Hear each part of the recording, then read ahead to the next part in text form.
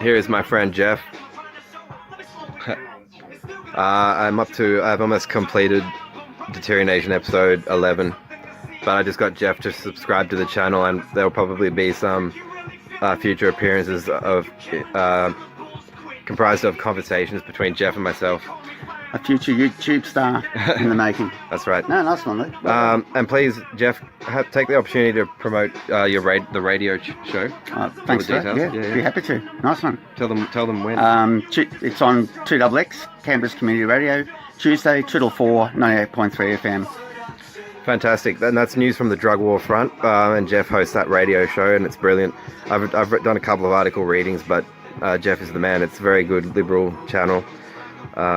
That's good for free thinkers and responsible liberals, I think. But thanks. Cheers. $2 more. I'm here with my friend Fernando. He does not go to church like me. Why you leave church, Fernando? Hello. Who's the name? Can you say why you leave church? Oh, there's very close. Very close. Very close. No, why you leave the church? No church. No church. No. Why you go? Oh, nowhere. You no like? No like. Don't believe? No like. This the church. This girl. It's like just church or not? I'm asking you why you. We don't like church. No, I'm What like do you? What makes you angry about the church? They piss you off? Oh. Jesus. I don't like Jesus. You don't like Jesus in the sky? In the sky, yeah. Yeah. Sorry. Fernando has left the church. He does not think anymore that Jesus is in the sky. I repeat, he does not think Jesus is in the sky. Anything else, Fernando? You like the Bible? No. Oh, no. That'll have to do. Pinky. Now he's showing his true self, Terrible, his true terrible. colours. Yeah, it's nice color. Deterioration. Luke Banton's Deterioration.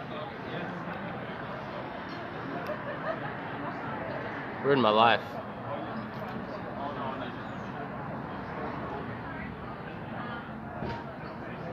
Ruined your life. Can't watch it ever again. What's wrong with it? I don't know. But Beyond all recognition. Fucked up. it's fucked up beyond all recognition. It's just really bad. My webisode series is FUBAR. That's what it means. That's the initialism. FUBAR.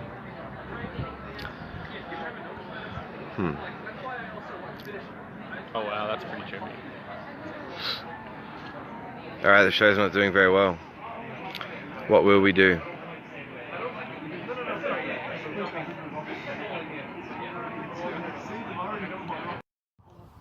And who can be sure what evangelicals have been thinking in relation to TV, to television, now that, well, since the Christian media started to lose, its frequency of appearance on conventional television networks. Perhaps the believers looked at it thinking, who should we sacrifice? Hey, there's no one to sacrifice. And then I guess the Freemasons would, coming at it from a different angle, not so different an angle that they aren't stupid as well for their ideology. I avoid in almost every situation. I will avoid clashes with people. There are smart, intelligent, and decent people who are Christian. I'm not saying that I'm like a one man hate speech. But the capacity for challenging and putting to scrutiny ideals that religious movements will perpetuate is everybody's right, and there is no problem with arguments that may amount to conversational pressure being put on in response to the agendas of religious movements. It's their ideas that have been challenged, and that's not directly related to issues I have with people I would consider my enemies, but I mean, in fact, I've been online quite more or less, certainly quite polite to people who I completely disagree with when it comes to epistemology and metaphysics and philosophy, but anyway.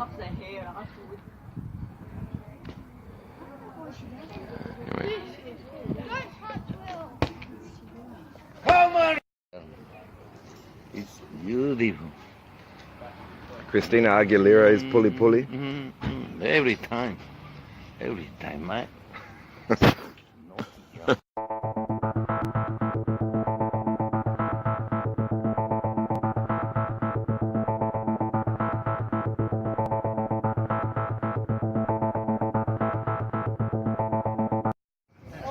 On the to-do list, certain raisings of questions concerning, I think it will be states' willingness to tolerate imposition of religion and religious discrimination on civilians by private sector businesses.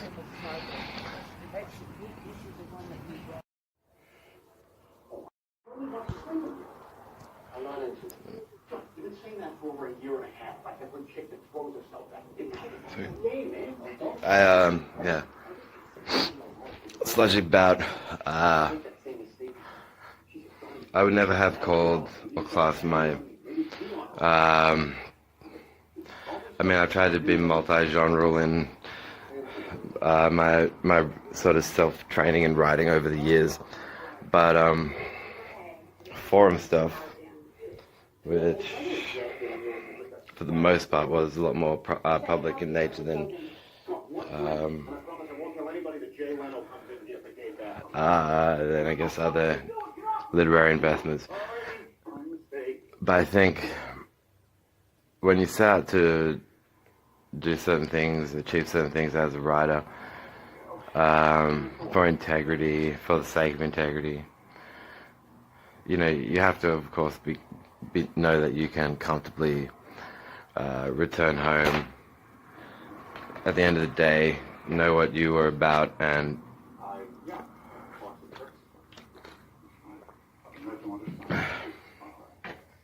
you know, if you want a moral, if you want to moralize what you've done, what your work's about, and what you therefore say you're about, insofar as this work represents it, then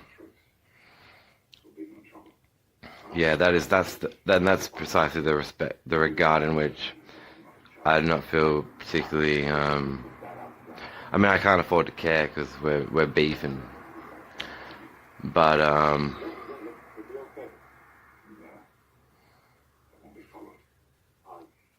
mean, unless this guy's absolutely gotten off on like being absolutely dumb shit, fucking wrong. Yeah,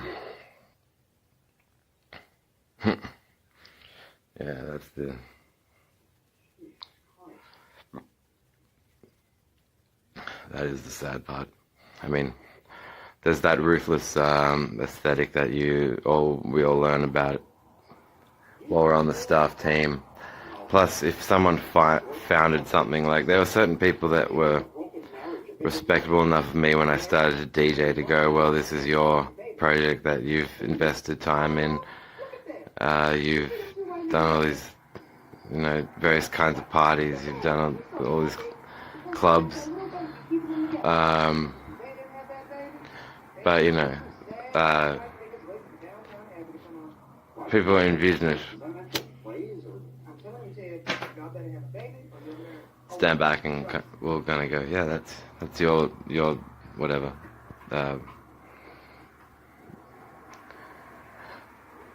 So, you know, when it comes to this,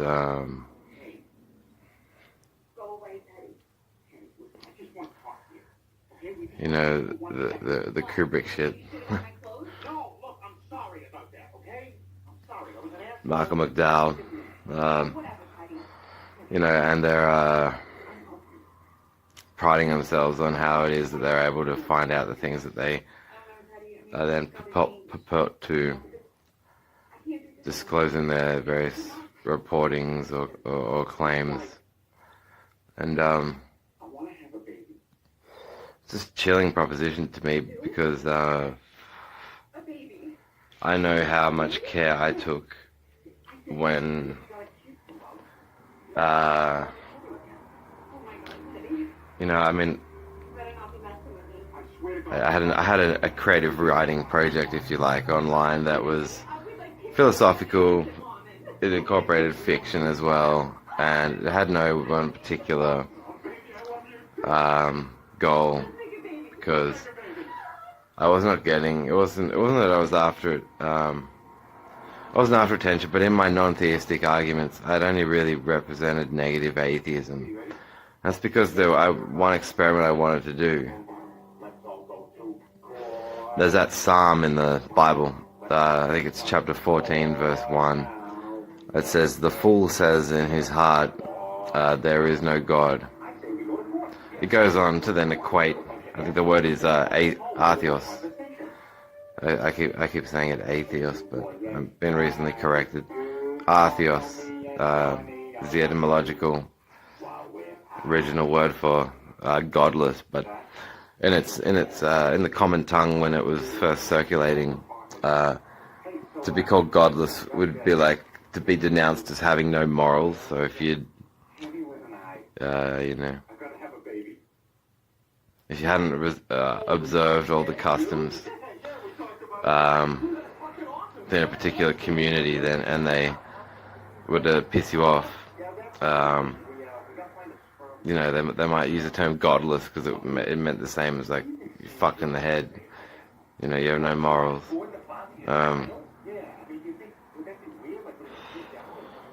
So, but then, yes, it's been now centuries, initiatives. I mean, yeah, and so theos obviously they meant gods, I think, or God.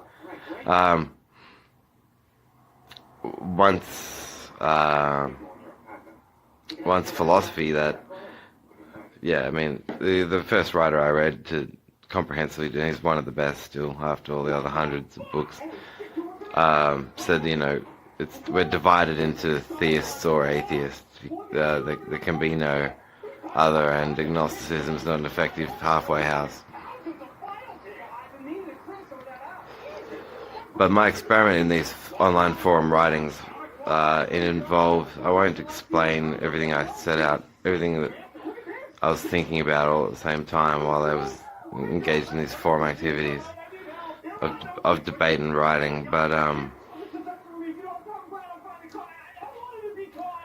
and a criminal mind isn't always the best. I definitely don't agree with that statement that you got to watch out for the quiet ones. You know, that can sometimes just mean, you know, person's got a lot on their mind, person doesn't feel like talking to everyone at this particular, you know, night out on the town or whatever. But yeah, this whole phenomenology of being ghastly, like,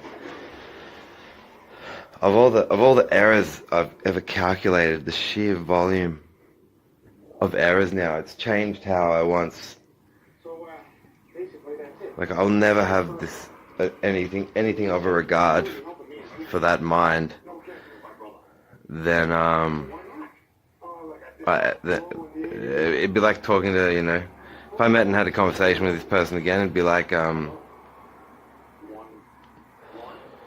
they had a Tasmanian twin the whole time, and, you know, since my Tasmanian incest jokes are so good, I'd probably use those same jokes on the twin, but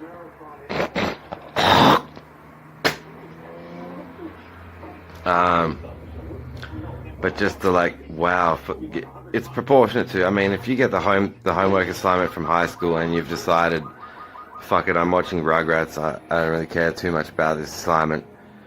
Then at least you've shot yourself in the foot toward your semester's grade. But I mean, can you imagine that compared to, you know, saying things like, oh, I'm so precise, we don't make mistakes. We're you know, the biggest pharmacy franchise in the ACT. Yeah, what we do are very, very precise. We don't make mistakes. And like, it's like, it'd be like me, instead of just ditching that homework assignment, not doing it and watching Rugrats or, South Park, you know, it'd be like me saying to the teacher, you know, well, teacher, I don't make any mistakes. Your class is the best class that there ever was. Are you sure we weren't in Vietnam together? I'd take a bullet for you, but not in the dick. You know, clearly you're perfect, and thanks to you, I too know how to be perfect. I'll never get anything wrong. You know, and this guy talking sort of in that sort of disposition, when, you know, he knows that I know that he knows that he's definitely being sprung on the most fucking atrocious example of errancy directly perpetrated by him. And it's like, I just, you know, I have no concept of that type of a loser. Like,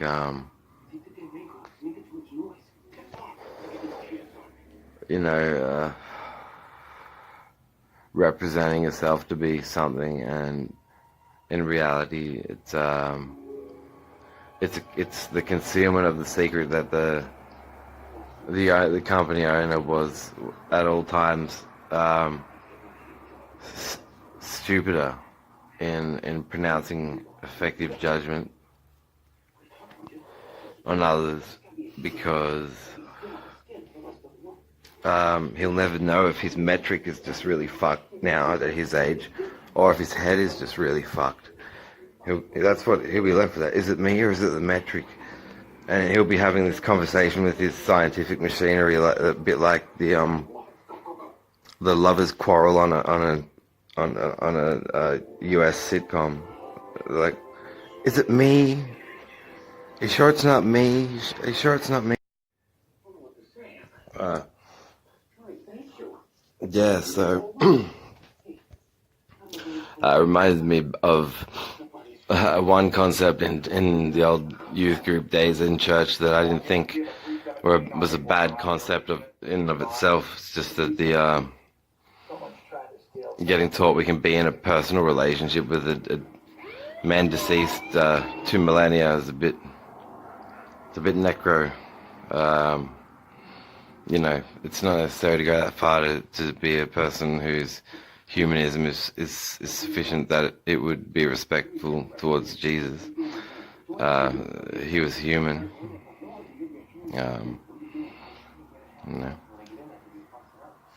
So, yeah. I just can't imagine what this dude's done to his mind, though.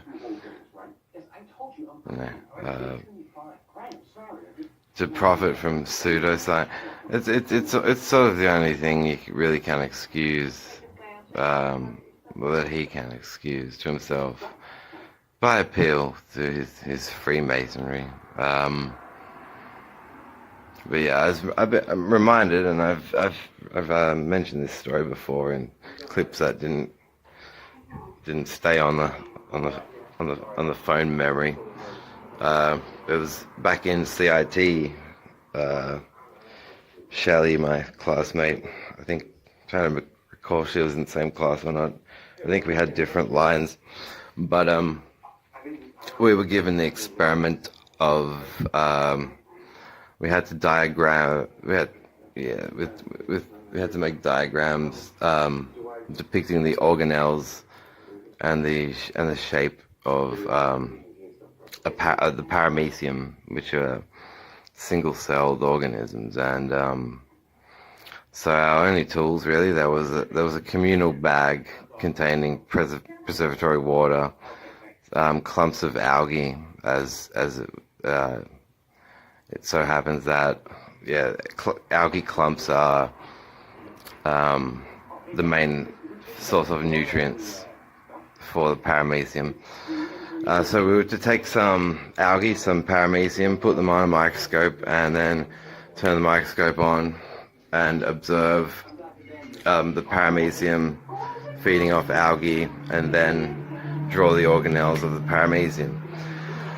And the viscous suspension methyl cellulose was on offer, so that once placed on a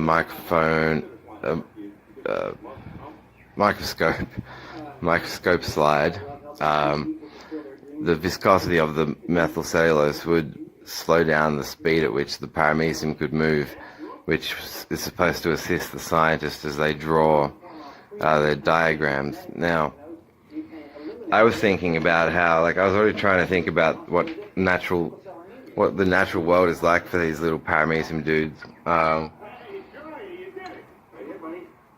thought, is it necessary? Do I have to, you remember that South Park episode with the head lice, and they're all they're doing the piss bolt, trying to evacuate the scalp because the person's about to use treated shampoo for lice. I felt a little, the pangs of conscience, so to speak. So I just kind of put two and two together and went, well, how many of a paramecium are in that bag there with the algae clumps? We obviously can't visually count them with the naked eye because they're just too small, but if the ones that are there are naturally migrating toward the algae clumps, then just by drawing a sample of algae clumps that are big enough to be visible to the naked eye, then what is the bet that I can't just squeeze out the teat pipette and place the algae clump directly on my microscope slide? So I thought if I did that, I could bypass altogether any need for the methyl cellulose suspension, because the paramecium wouldn't be. I figured they wouldn't be moving if they found algae, they would be eating of it. And B, it's not really a natural habitat when it's flooded with methyl cellulose, is it? That's solely for the convenience of the scientific observer. So if it's feeding off algae, it's not going anywhere in a hurry, fast enough for me to get my diagrams finished, and it's natural. It's like its natural environment minus that it just left me and the microscope. But so I found a fuckload of them parked around parked in this clump of algae. I then drew the diagram I had to draw, and as I got toward the end of that diagram being drawn, I noticed that I would get a better view of the organelles if I turned up the intensity of light and heat on the microscope itself. So I did that, and this is called modifying the experiment. It wasn't discouraged. Our teacher at the time, Steve Ford, had said that we could suggest ideas and ways at which we were willing to modify experiments if we thought of ways in which we could, so long as the ultimate goals and objectives, as stated in the criteria for the assignment, aren't altered. Yes, so no need for the methyl cellulose. I drew my organelles to see them better, though I turned up the lighting intensity on the microscope. And before I could finish drawing the organelles into the diagram, one of the paramecium started to kind of jiggle a bit shortly before exploding, and its organelles started to ooze out the sides of the paramecium's exterior, and I kind of went like I shrieked a bit, apologized profusely to the paramecium. But this got deleted when I talked about this last time on the phone, because the point of it is that no honest scientist can truly ever deny that and this is known to happen with studies on light as well, in particle and quantum physics. But a tool that is used to study a particular phenomenon in an experiment in science has the potential to alter the very phenomena you are studying. So, of course, that has to be kept in mind. I think any scientist has to keep that in mind. And so, I learned it the hard way with the light from the microscope blowing up the organelles of a single-cell paramecium.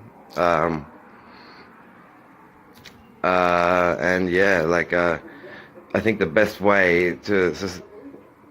way really to excuse and convince yourself that your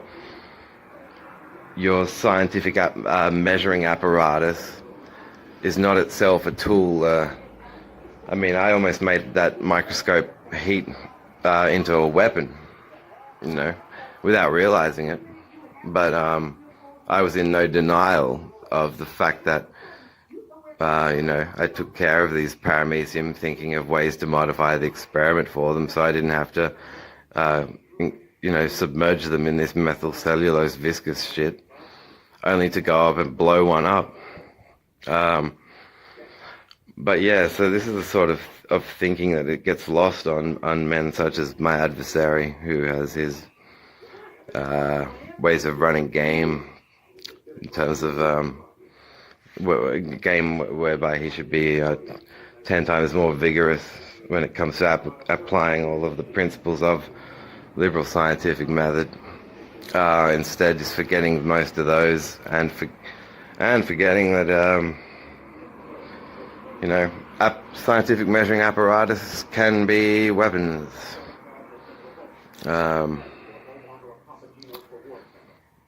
And yeah, that's the nature of the demon as far as science goes. So an observer's viewpoint where one is detached, they detach themselves and stand back and go, whoa. Observer rule number 1: the observer must not causally associate themselves with the thing being observed. It's like, well, can you imagine if military officers had that attitude when they were moving into a region? It's like saying, these guns don't really and these guns with live rounds, it's just, I think you get my point.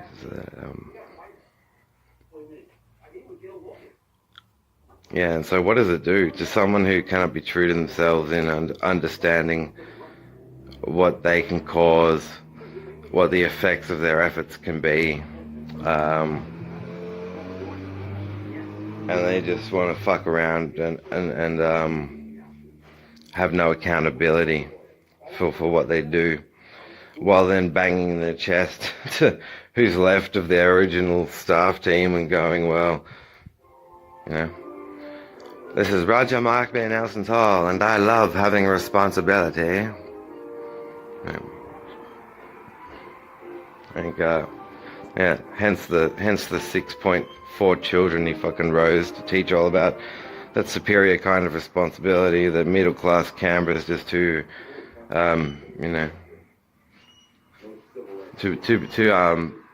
under average to know, or to deserve to know about.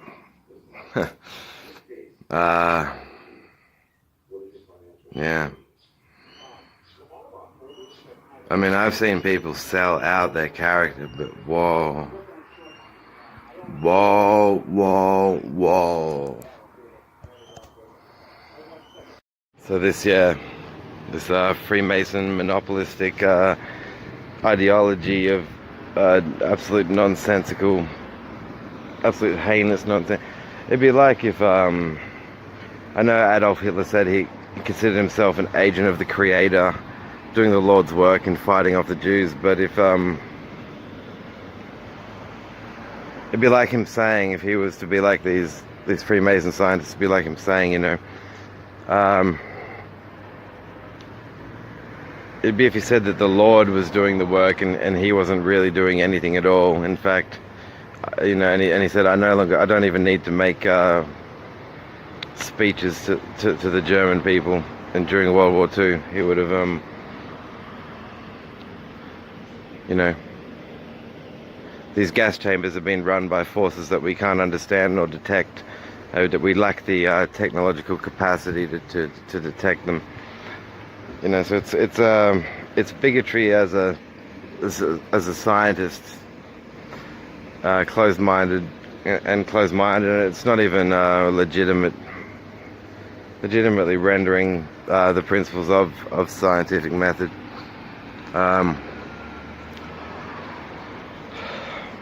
So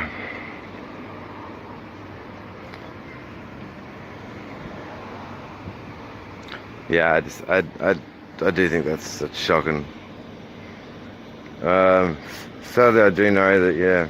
So I can't say that sort of deniability is played at because of a certain sense of self-imposed, you know, intelligently convoluting oneself, like Roger Toll certainly does, but I don't think it is with. I don't think it's not knowledge of not having true knowledge of liberal scientific method, application of the scientific method, or comprehension of all the nuances of the rights charter, or any will to defend it, particularly in the case of one's own staff. I think he knows what these things are. Where I think he needs to be able to go to bed at night insisting that he's doing a moral service to, if he doesn't think, you know, to his brother and sister and mother in Tasmania, then he has to be convinced he's doing a moral service in some way. But given the harm he's capable of causing, he's got to have a way to turn that, take that I harm and flip it into I love having responsibility. I'm a good, I contribute a good thing, and he'll be very motivated to have to think that way, because, as I said, he has no family of his own. He's got no, you know, as Christopher Hitchens talked about, children being the closest thing any of us will get to glimpsing immortality, and that's sort of a lovely poetic way that he described his offspring and children. And you know, it's as close as we're going to get to immortality, was basically the punchline of that. Now, you know, Roger obviously is Darwin awarded himself in that department, so that means, you know, unless he is that trollop to go, well, I'm rich, he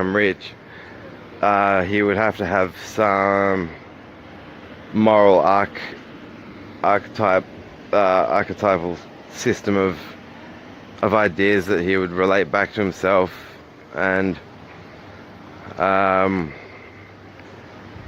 how he could do that knowing what he knows he does and stands for as a businessman. I'd love to hear what the morals were. Like, because the only pointers toward that have really come out of Kansas' mouth about, you know, well, weak genes this, and you know, and some of the other general things that aren't quite, they're not exactly uncommon in all sorts of businesses. And as they talk about, so far as it's man's nature to compete, you know, you might hear people drop statements in a competitive business environment like survival of the fittest, and they all have a chuckle over it when it's done. You know, they draw an evolutionary sort of evolutionary sentiments and jingles, and but yeah, as I've said previously, and Dawkins will say this quite often, it was never meant to be a way for us to comprehend a source for easily inferential prescriptive moral imperatives like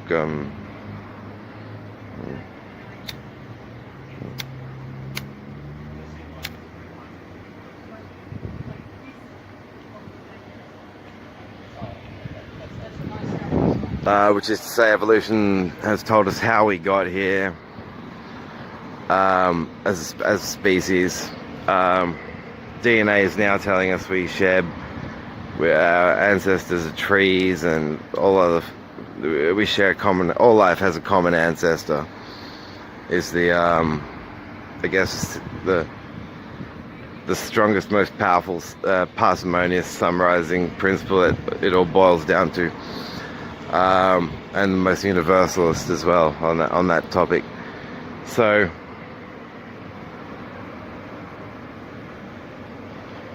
you know, sharks forcibly copulate.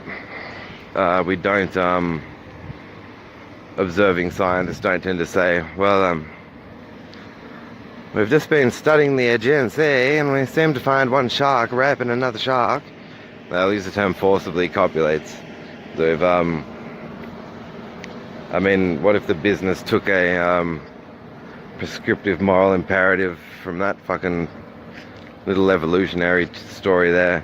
Oh, I wonder how them then, convoluted as they are, as Freemasons and Freemasons and pharmacists and their own little private team of social scientists, when dealing with their own staff,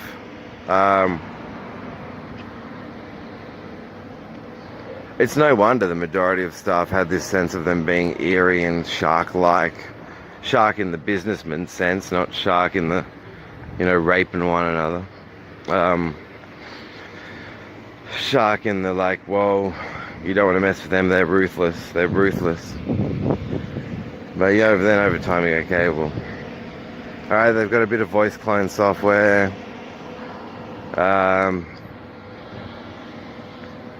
You know, that was, yes, it's only about 3 to 4 seconds it needs of you speaking before it can sample enough of an algorithm pertaining to how you speak in order to have your voice simulated.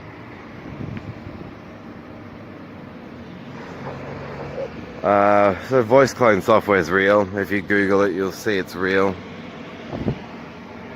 People just don't like to think it could ever happen to them. Right, that's one dimension of this profile that mental illnesses can, which is now trying to stipulate a mental illness can be caused by video. I was discussing this the other day, and I will in more depth when the time is right, but this sort of profile getting through and the public taking it seriously is gonna mean, like, if a person was to get hacked, various types of software hacks, smartphone hacks, computer hacks, if they have a smart TV, it could get hacked. So what happens then if they report the hacking? Will the cops investigate their software and hardware to see if they have been hacked or not? If so, will the cops have good hacking software when they do their investigations? Or will the cops find out this person's on the mental health register and go, oh, they have a psychosis or schizophrenia from video, so these claims about hackers must be ludicrous. And yeah, that's one aspect of the profile which I find to be truly reprehensible, is that it's going to facilitate further injustices done to people.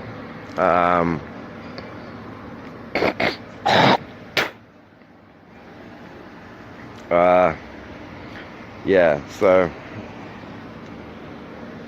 anyway, only is a stupid religion like Freemasonry, where they are saying, you know, their most potent theological claim is, well, we're a secretive group and we thought we'd be a bit edgy if we elevated the Luciferian mythological archetype over that of the biblical God.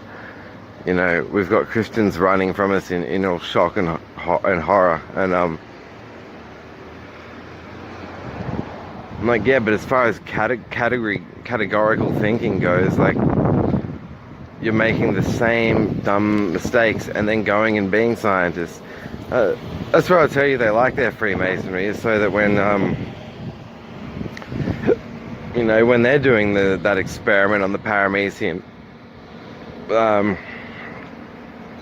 you know, they're overheating them at a dozen a minute with the high-powered microscope, and then you know, too stupid to jot it down in the notes. They're like, oh, just strangely and without explanation, the paramecium just exploded from the heat from the microscope. You know, we've checked, and it seems that the paramecium are fans of Fleetwood Mac. So we'll make a profile and say, look, someone notify Fleetwood Mac, please, that their music's quite dangerous, costs the lives of dozens of paramecium, and it's an impediment to modern scientific research. Yeah, only the Freemasons could be that monarchy mad.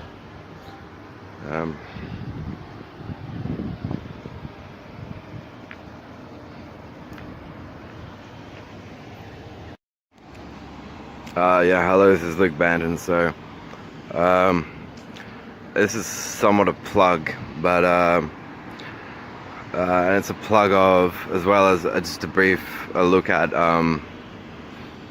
what I think is going on with atheism at the moment, and how there's a lot of real humane sort of stand back attitudes from who I would call the negative atheists, and I've identified as a negative atheist since 16, 17 years of age.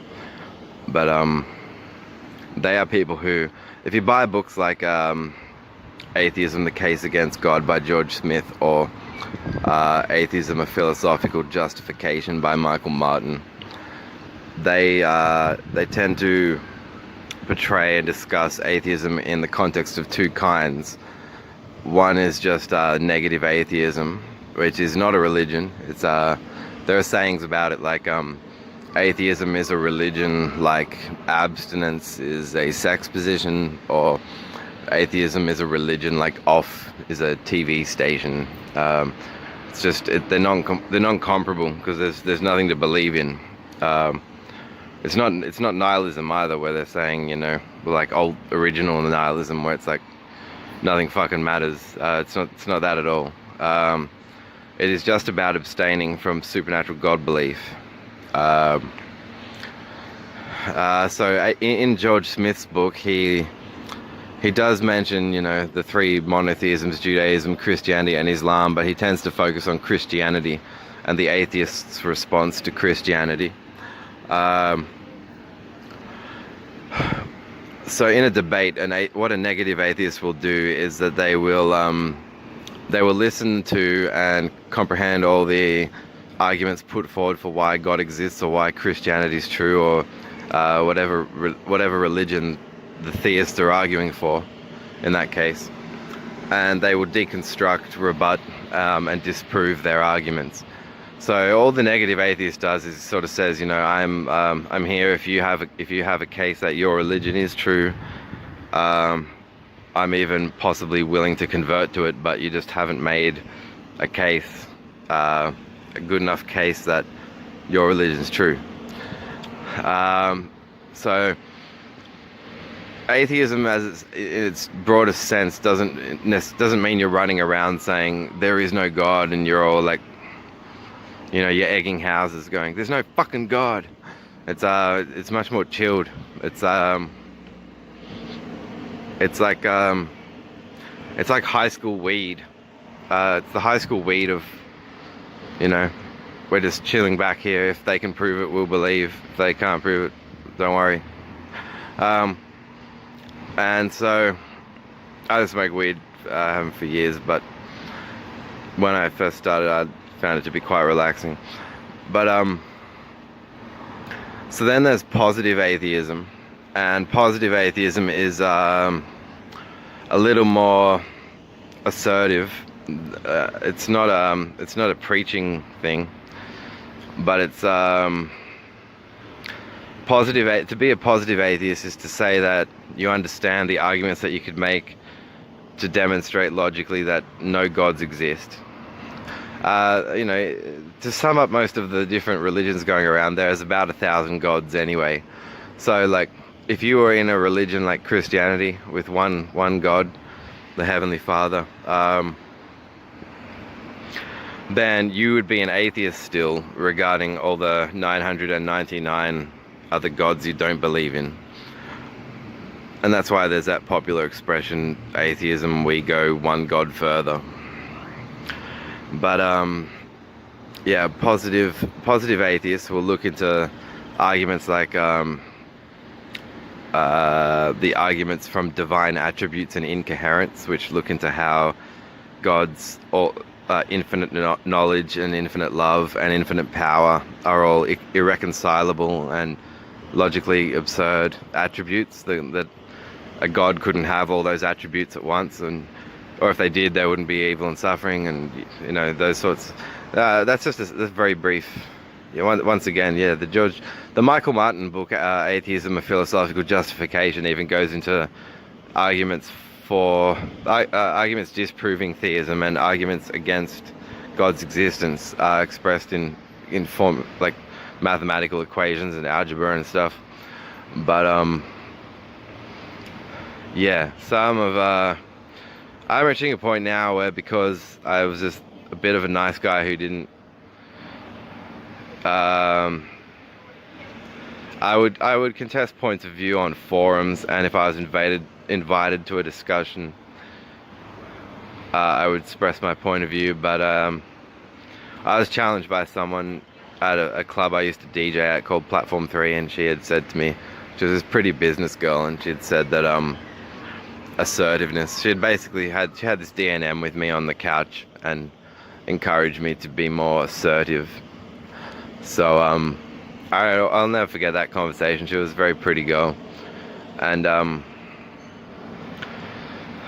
yeah, but so that's part of what's led me at this point now, amongst other factors, to think about the positive atheist stance, and particularly with some of the experiences I've had where I got railroaded with a bunch of stupid assumptions about my mentality,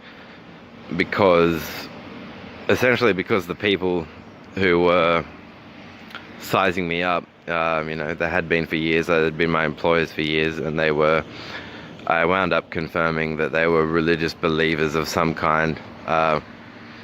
One a Freemason, and the other one either a Freemason as well, or some sort of Christian, some sort of, you know, holy monarch.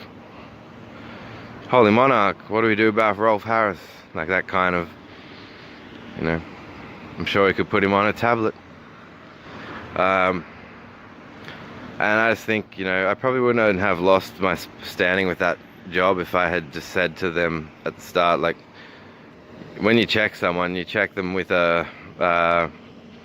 from your point of view, there's a parameter of a language, like a linguistic framework that you perceive with and look through, and like books on epistemology will help you to broaden your horizons on that sort of thing, because like I now see this happening quite a bit, and it's can be quite damaging to people's lives, you know.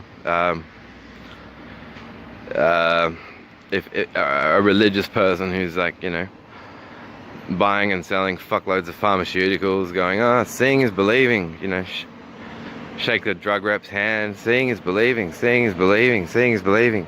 Run checks on Luke, oh, Luke's watching Nightmare on Elm Street. Like, oh no, what's he gonna do? What if he takes drugs and dresses up like Freddy Krueger and actually puts, you know, blades on his hand? Like, the sort of reserved, I understood I don't dress the same as everyone, but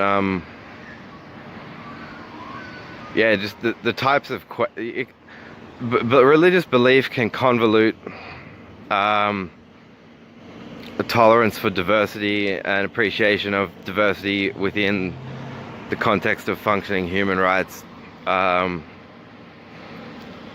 that's why I think there are terms like religious discrimination. But what has pissed me off, and when something pisses me off, I think this time around it's definitely inspired a book that I've nearly finished.